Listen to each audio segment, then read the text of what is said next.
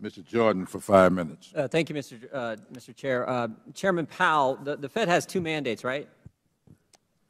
Maximum employment and stable prices. Maximum employment and stable prices. It seems like both got some problems today. I want to spend a little time on the first. Why are the jobs numbers so bad right now? Well, I think we're digging out of a very deep hole. We've made a lot of progress, but I would agree with you. We have a long way to go. Over 9 million job openings. Over the past 2 months, only 800,000 jobs added back. That's pretty bad.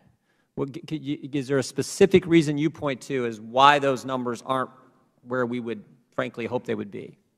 You know, it's a good question, my thinking is that there are some temporary factors that are weighing on job creation, and I mentioned those earlier. Another thing is actual hiring is at very high levels, but it's being offset by high levels of quits and retirements.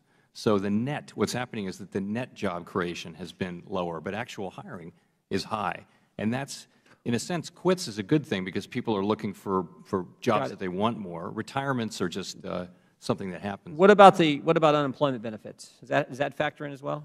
It may be a factor, you know, and it'll be a temporary one because something like 15 million people will see either those benefits disappear or significantly decrease. My understanding is the state unemployment plus the federal enhancements, $37,000 a year.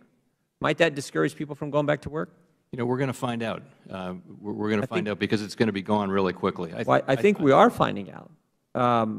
You add in the stimulus package, child tax credit, family of four, it's about $110,000. I mean, every single employer, literally every single employer I talk to in our district, and frankly, employers I talk to around the country tell me they can't find people to work. And you think it's more of quitting and retirements, or is it more unemployment, or a combination, or what is it? I think in terms of things that are weighing on people getting in the labor force, I think it's those three things I mentioned. It's still some people are still afraid of COVID. Maybe they're living with someone who's vulnerable. It's also schools are closed still, and having schools be open again will free up a lot of caretakers. I think unemployment benefits too. I think if you would expect a really strong set of jobs numbers coming up beginning in the next month. Didn't you expect higher numbers? Didn't you expect higher numbers in April and May? Yeah, I did. Which, I mean, it sort of surprised me. I guess when you pay people not to work, you shouldn't be surprised when you don't have workers. I've never seen a situation like this where we now have, as the ranking member mentioned, we now have several governors, 25 I believe, who've turned back. We said we don't want the federal enhancement to unemployment. I've never seen that. I've been in politics 26 years. I've never seen governors turn down federal money. So I think that just underscores how serious the problem is. But you said you think it changes soon? Well, we know that these benefits run out on the federal ones. What if the Democrats renew them, which they're talking about doing? Excuse me? What if the Democrats renew them? That'd be a problem, wouldn't it? Again, I don't comment on legislation. No, what you said you expect it to run out and that will help. I'm asking you, that's not what Democrats are saying. They're talking about renewing them. And if it helps if they run out, if they renew them, won't that hurt?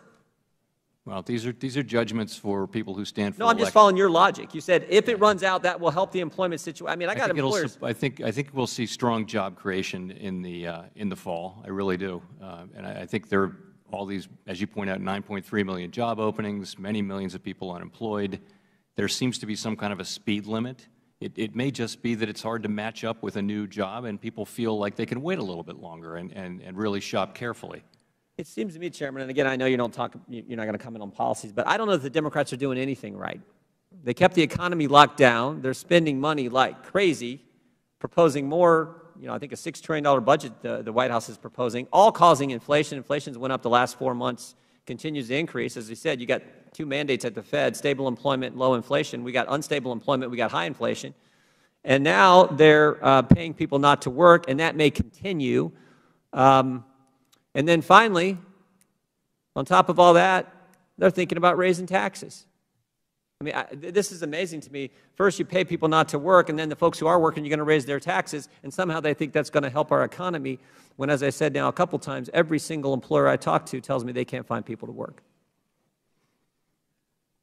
What do you think about all these policy ideas from the Democrats? Again, it's not my job. No, but your job is stable employment and low inflation. Right now we have 9 million job openings and inflation that's went up 5 months in a row. So something has to give. I'm not necessarily blaming you. I'm blaming the Democrat policies.